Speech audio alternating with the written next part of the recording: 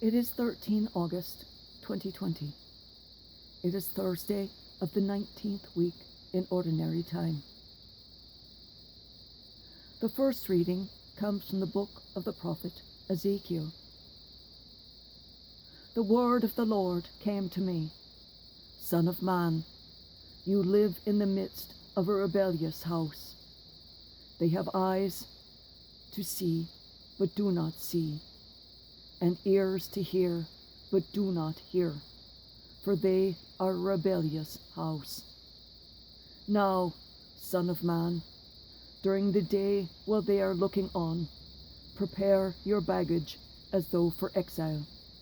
And again, while they are looking on, migrate from where you live to another place. Perhaps they will see that they are a rebellious house.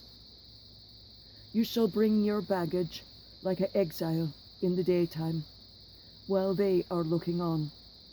In the evening, again, while they are looking on, you shall go out like one of those driven into exile. While they look on, dig a hole in the wall and pass through it.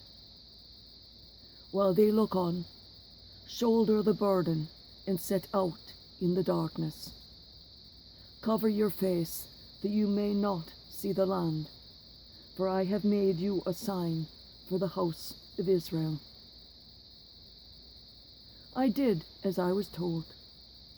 During the day I brought out my baggage, as though it were that of an exile, and at evening I dug a hole through the wall with my hand, and, while they looked on, set out in the darkness, shouldering my burden. Then, in the morning, the word of the Lord came to me. Son of man, did not the house of Israel, that rebellious house, ask you what you were doing?